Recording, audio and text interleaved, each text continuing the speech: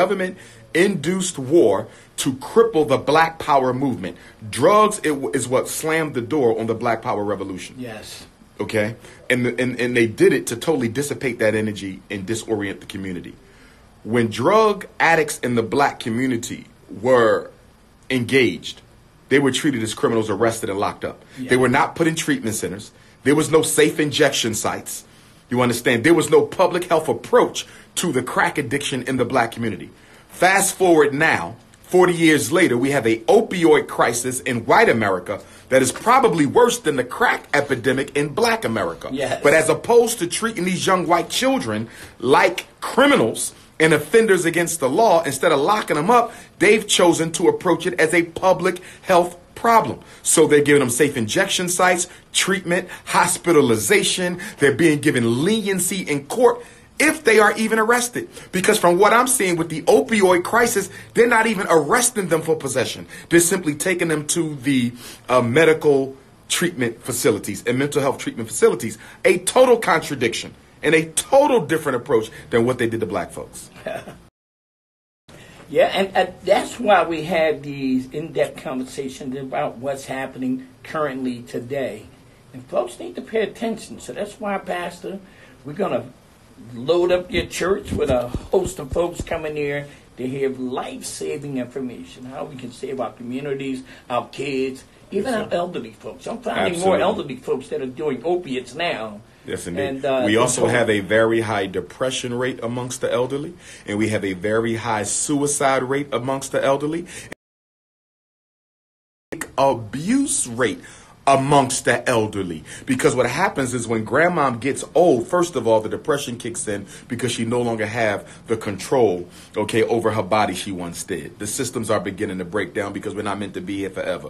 God gives us a century. Give or take a generation, right? So that's a depression. And then they're often isolated. The elders like they're basically useless eaters, as opposed to our African culture where we embrace the elders, okay? They are the most revered citizens in the community. But unfortunately, whenever white America gets a cold, black America catches the flu. So since white people don't value their elders, we don't like to value our elders either. So they end up suffering in silence at home, not getting the visitors that they need. Then the state comes in and forcibly removes the elders from their homes and put them in these elderly homes where they are significantly more likely to get abused. Yeah. These elder homes, most of them shouldn't even be open.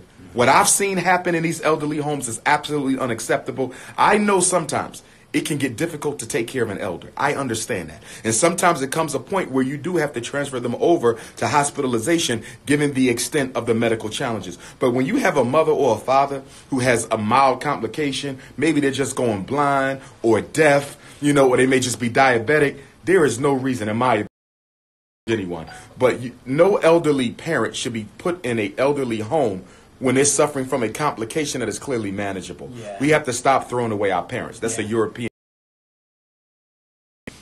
So, Pastor, you know, let's swing back over to you because when I look at your congregation, and I'm glad, you have a majority of your people there. What's the ages of the folks that attend your church? Because, like, you're a young guy now. Yes, now, sir. The old pastor you had there, what was his name? John Roberts. John Roberts. And I would visit there periodically. So now you're a young, energetic, young, inspiring, young black man.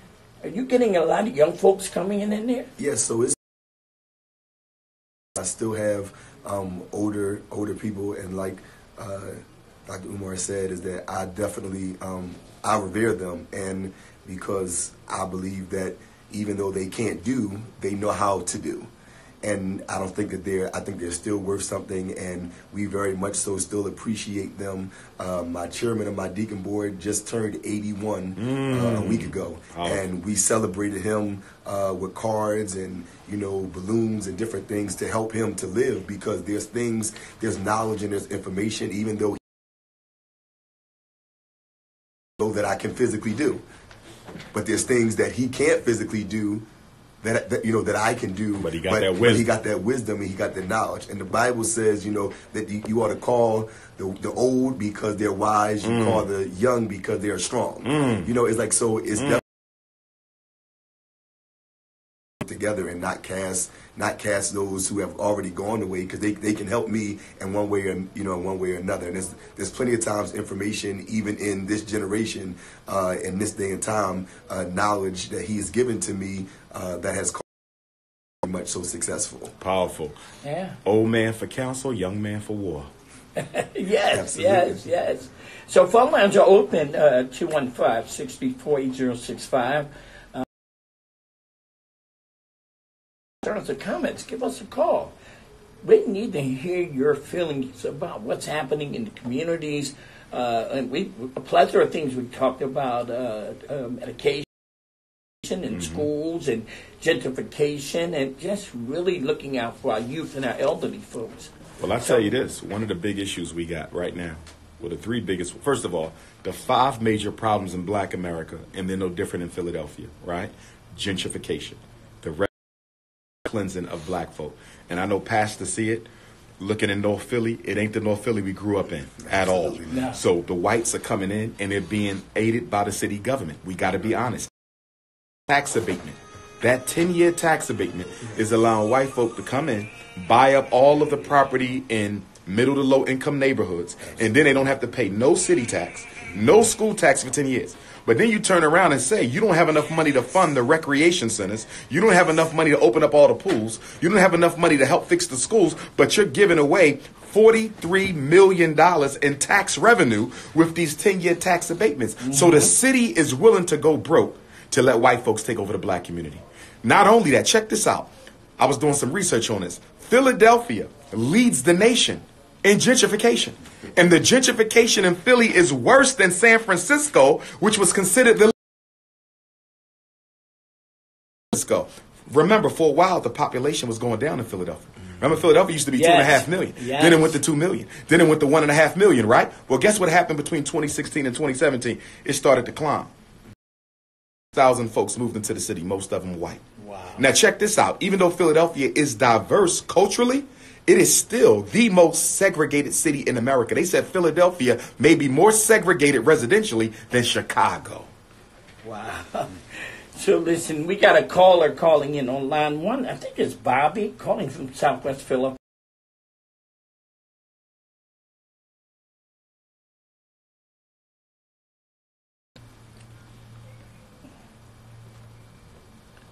Absolutely, Queen. My number is 215-989-9858. 215-989-9. Preferred text message, and we would love to see you, Queen, out on Sunday, June 30th, 4 o'clock at the Garden of Prayer World's Prayer Center, 2217 North 29th Street, between Susquehanna and Dolphin. 17.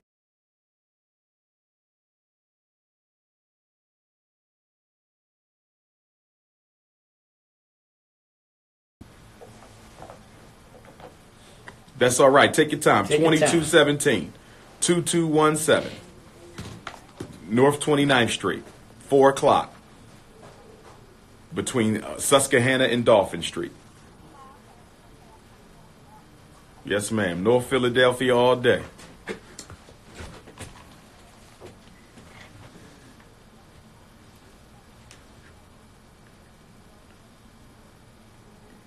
Yes, ma'am. I'm a school psychologist.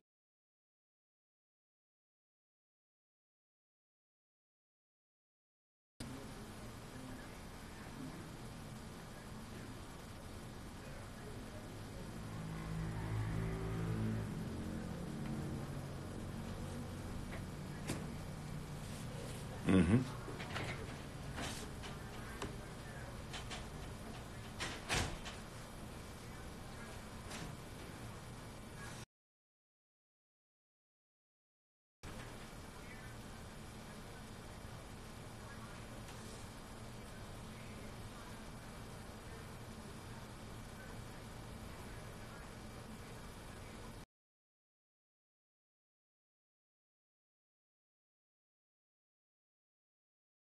Brown versus Board of Education. Supreme Court said you can no longer use race in the schools, right? Well, guess what? Special education is created almost 20 years right after that. Special education was created to allow the white schools to resegregate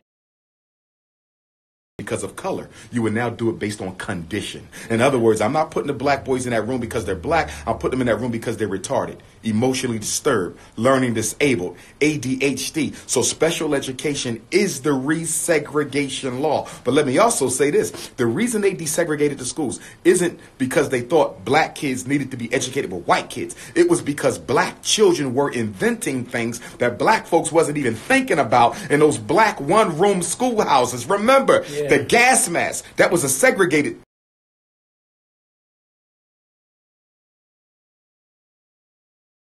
The refrigerated truck, the self-lubricating engine, the walkie-talkie.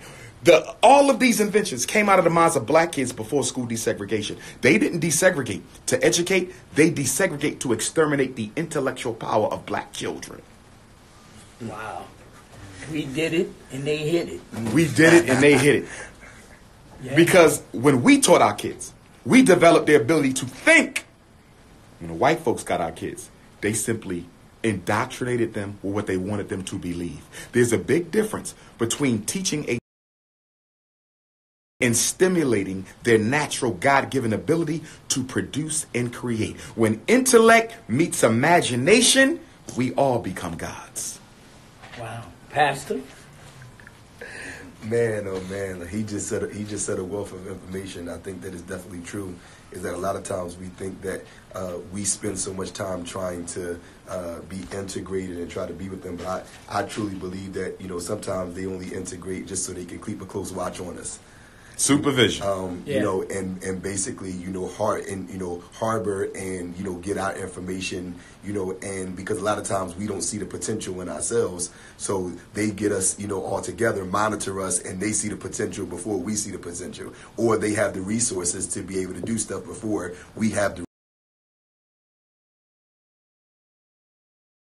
and then, then they make the billions of dollars from it. I was just, saying to a friend of mine the other day, look at almost any restaurant that you go to, no matter how fancy or no matter how, what kind of plate, what kind of star it is, most of the people that's in the kitchen doing most of the cooking in the high-end restaurants is who?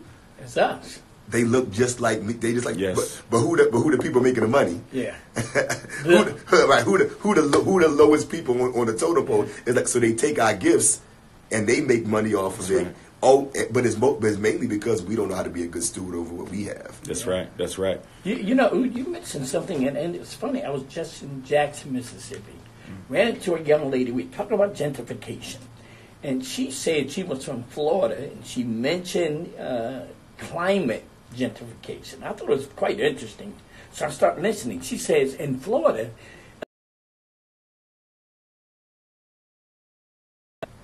in poverty people, the poor people stay. Mm-hmm. On the coastal line where it is falling apart, where the rich stay, they want to shift. Swap out.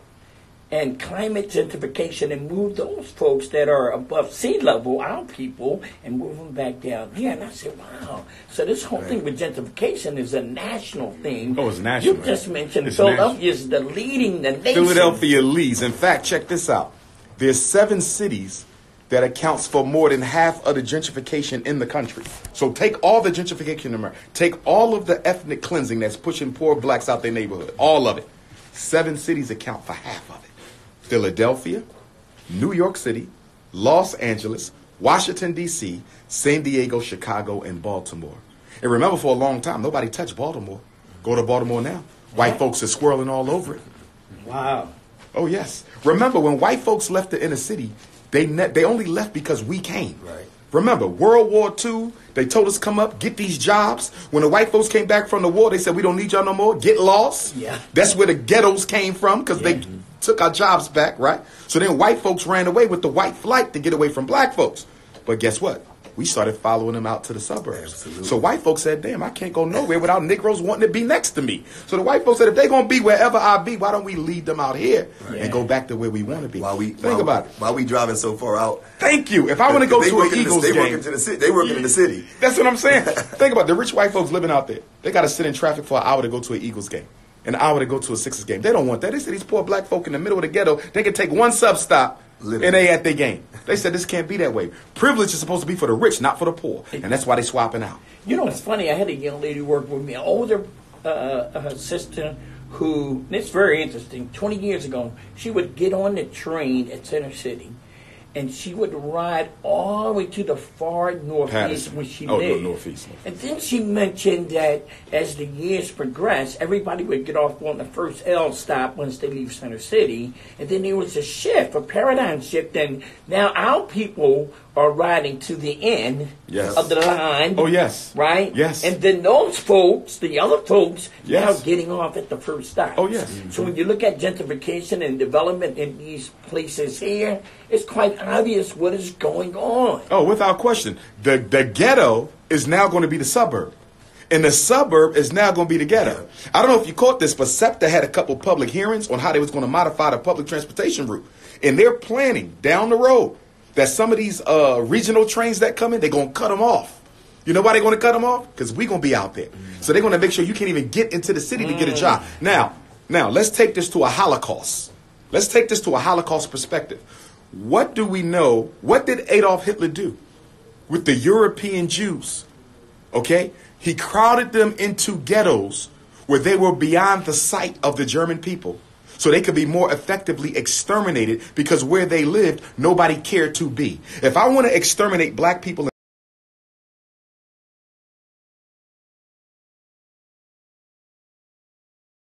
understand. But if I put you way out at the top of Ben Salem somewhere, and now if I start poisoning your water, poisoning your food, committing police genocide, nobody will even know it's going on. Yeah. This is a preparation for extermination. Yeah, yes.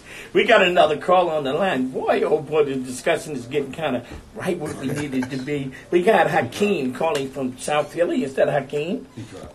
Oh, he dropped? Okay, so we're going to get right back into it. Hey, Brother Ooh, I'm telling you, folks, please pay attention.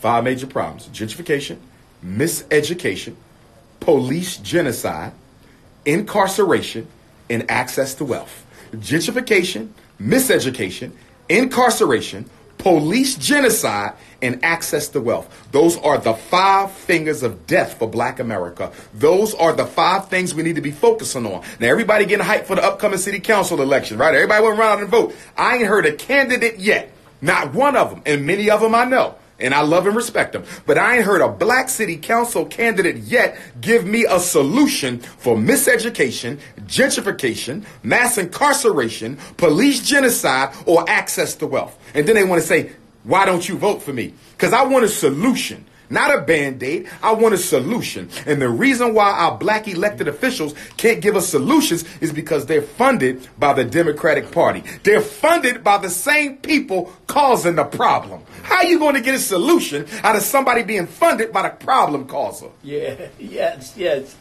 So listen here, we're going to take, we got another caller. I'm giving it back to Dave. I tell you, Pastor, the church is going to be packed over there at 29th in Susquehanna. I'm a shock the pastor. I might go into the Bible on Sunday.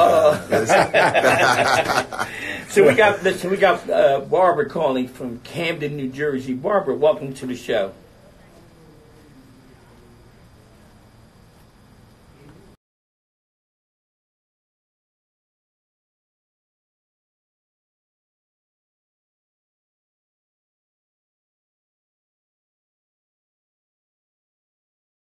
And Mrs. Jones. And I sponsored Billy Paul for 19 years and traveled all over the world with Billy Paul. So I always had that's my commitment to my relationship with Billy Paul. And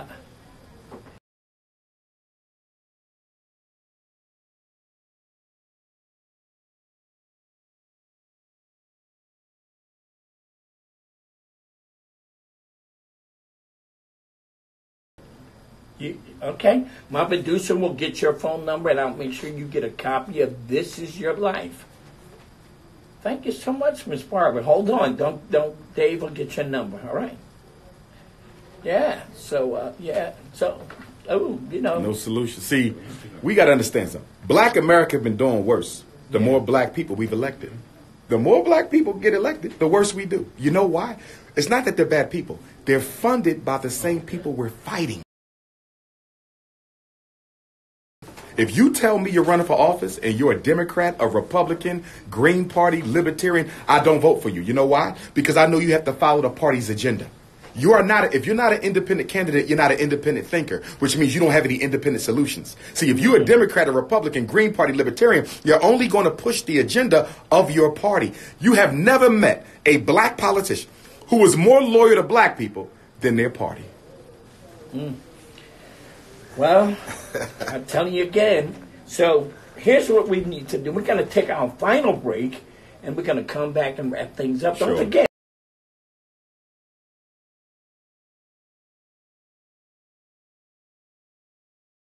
Street. Between Susquehanna and Dolphin. North Philly, I am home. Yes, come on out, but we also want West Philly, Southwest Philly. We want Darby. We want Yaden. We want Northeast Philadelphia. Wherever you live, come on out.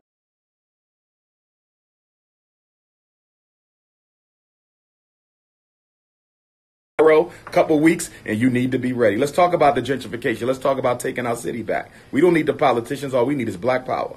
That's right. So we'll be right back.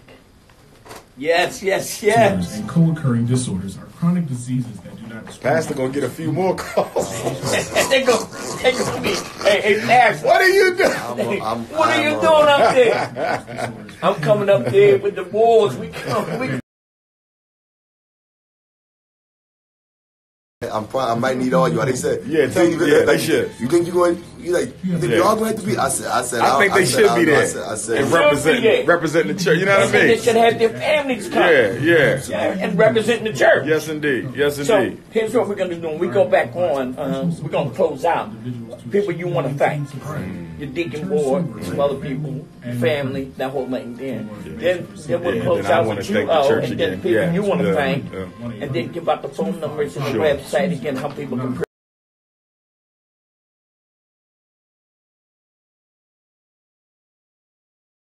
Yes, sir. I don't know what fool keep calling me when I'm on the air. I hate when people do that. I hate when people, they know you live. They know I'm live. Sometimes I think it's a little haterade. Because why are you calling if he live? Yeah.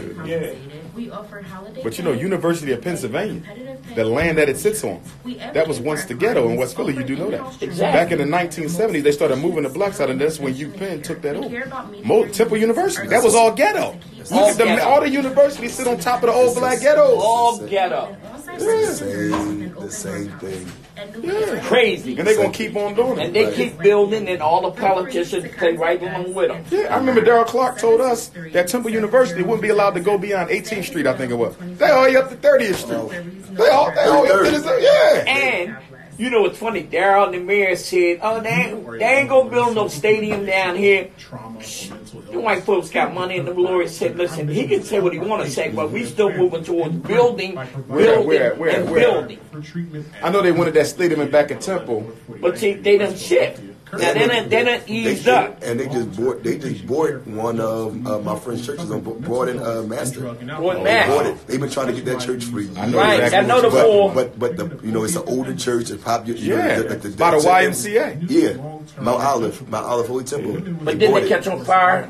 Which one? No, that's the other one down the street. Yeah, the biggest. It's like a triangle. Yeah. See, why the churches is selling it? Well, they was adamant about not selling for years, but they had an older congregation. It wasn't really progressive. It's like so. It became a burden. Right. You know, it's like, and then they offer you crazy money. Crazy money. You know, and it's just like struggle money. And it's like, and it's sad with they hurting us. Yeah, it's sad what's going on. Even our building across the street. You know, we had a building across the street that that before I became the pastor, they had sold somebody and they was trying to do something and they couldn't do it. We went back over there to go see it, and literally I was in there, having to compete with white guys. Wow. who of course, who had money on the spot. To be, to be able to buy, to be able to buy. That's that access to wealth. Remember the 5 problems? Want access to wealth. See, they could tap them white folks. Go to the bank. A broke white boy will go to the bank and get a loan and get 5 abandoned houses. See, that took me to that Jesus money. Yeah. And then y'all run. We ain't gonna build that. Not the pastor, but the other mega churches. They got all their money in the white bank. They get to the white bank, and your mama. Get that Jesus money to those banks. And the bank use it. The church take that money to the white banks. And they use the it and finance the gentrification. Yes. On black people's money. Yes. Yeah. Hey, when you said that one time, I said, yes, we funding it. Right. And my thing is, I think, and this might be, you might already be on this, but I think every church should have their own savings and loan or credit union. You feel me? Oh, no. That way the money don't go to the white bank. We got it, and we can tap into our own fund. Absolutely. And I can't believe, like TD Jakes, I don't think TD Jakes got a bank as big as you is. Right. Creflo Dollar, you ain't got no bank. All the money you taking, so you giving all that to a white bank to hold that? Every big church should have their own bank. And then all the developers come into that bank. Yes. Say, we need a loan for Yes. you. But And then your grandma can't go in and get that loan. Right. Where's Oprah Winfrey's money? Right. Oprah, all your money in the white bank, you talking billions. What if Oprah started a black bank? You know what we could do? But Jay-Z, who holding your money? I think that sometimes we think that big, and then they just make it so difficult for us. Every time we try to start something, they always find it's always a loophole. It's always something. It's always extra stuff that we got to go through that nobody else got to go through in order. And the red tape. You know what I'm saying? Like in order to get stuff, in order to get stuff done, and then don't let us actually get an opportunity to start something, and then it start prospering. Then they going to find even more loophole, and then not only that, but then we got to make sure that when we start something, we stay integral with what it is that we do. We do. It's like, because sometimes that's what make it difficult. So listen, man, we back here and time flies, man. And again, you've been listening to Recovery Talk 101. This is a special edition where we do periodically to showcase individuals and organizations. I'm going to swing over to Pastor Bryant Jackson from the Garden of Prayer. I want to thank you for being here, man. I really appreciate you and your commitment and your leadership to the community up there. Your final thoughts. Anybody you would like to thank before we leave the airwaves? Yes, first off, I want to thank you for having me on this beautiful sunny Saturday. And then I also want to thank Dr. Umar. I want to thank him for even considering my church to come and to talk about these pressing issues, and even using this as a way to bridge the gap between the community and the church. There really is no separation between the community and the church. My church is the community, and we're only as good, and the church is only as good as the community that it sits in. I also want to give a shout out to my church, the greatest church in the world, with the greatest people in the world, who have stood beside me and who have encouraged me, and who have walked and held my arms up to make this happen, and to continue to be the light that Jesus has called us all to be in this dark world. So I just want to continue to thank you all for the invitation, and continue to ask you all just to keep my church in prayer as we continue to do the work of the Lord in the community. Yeah, and I look forward to seeing you next Sunday. Listen, I look forward to seeing you as well. Yeah. So we're going to swing over Brother Absolutely. Umar. First of all, I want to thank Pastor Jackson, young brother. Always good to see the young, strong pastors in the community. Thank him and thank his church, his congregation, his deacon board, and everybody else associated with the Garden of Prayer for being open-minded enough to let me come and bring my message to my own neighborhood. Yes. So thank you for that, Pastor Jackson, and the World's Prayer Center. But it's going down next Sunday, June 30th, Sunday, last day of the month, 4 o'clock, doors at 3.